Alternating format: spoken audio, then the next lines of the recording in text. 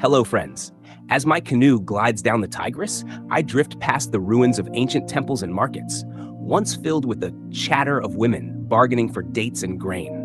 But Mesopotamian women weren't just shoppers and homemakers. They were merchants, priestesses, property owners, and sometimes even rulers. So let's take a peek into the lives of the women of Mesopotamia. And trust me, they were far more powerful than you'd think. Let's start with the everyday woman. Most Mesopotamian women were mothers, farmers, and artisans, handling everything from child rearing and cooking to spinning wool and brewing beer. Yes, beer making was part of a woman's domestic duty. Talk about essential skills. When they weren't busy stirring barley mash, they were tending to their vegetable gardens or trading at local markets. But wait, Mesopotamian women weren't just stuck in the kitchen. They could own land, run businesses, and inherit property. In fact, some women became wealthy merchants, trading goods across cities. They sold textiles, wool, and spices, and some even hired male workers. Imagine being the CEO of Babylon's textile industry.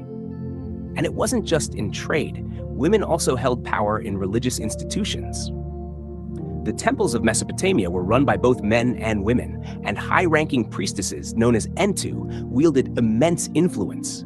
These women performed rituals, managed temple land, and even advised kings. Some priestesses came from royal families, making them spiritual and political powerhouses. Now, let me introduce you to Enheduanna, a Mesopotamian rock star of sorts.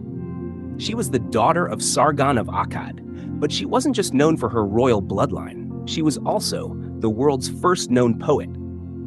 Her hymns, dedicated to the goddess Inanna, were so famous that they were copied and recited for centuries.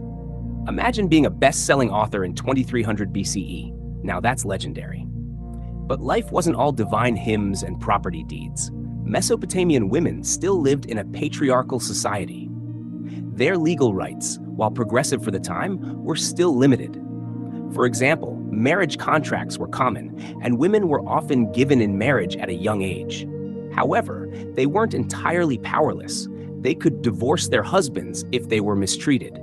Yes, you could walk out on your lazy Sumerian husband if he didn't pull his weight.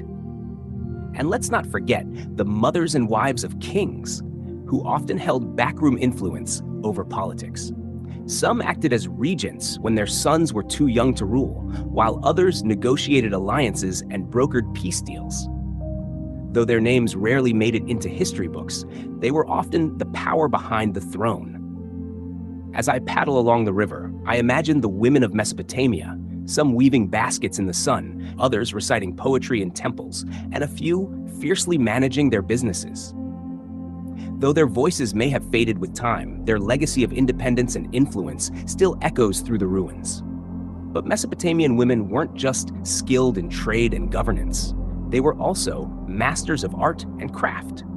In the next episode, we'll explore the artistic wonders of Mesopotamia, from intricate jewelry and pottery to stunning statues and wall carvings. You won't want to miss it.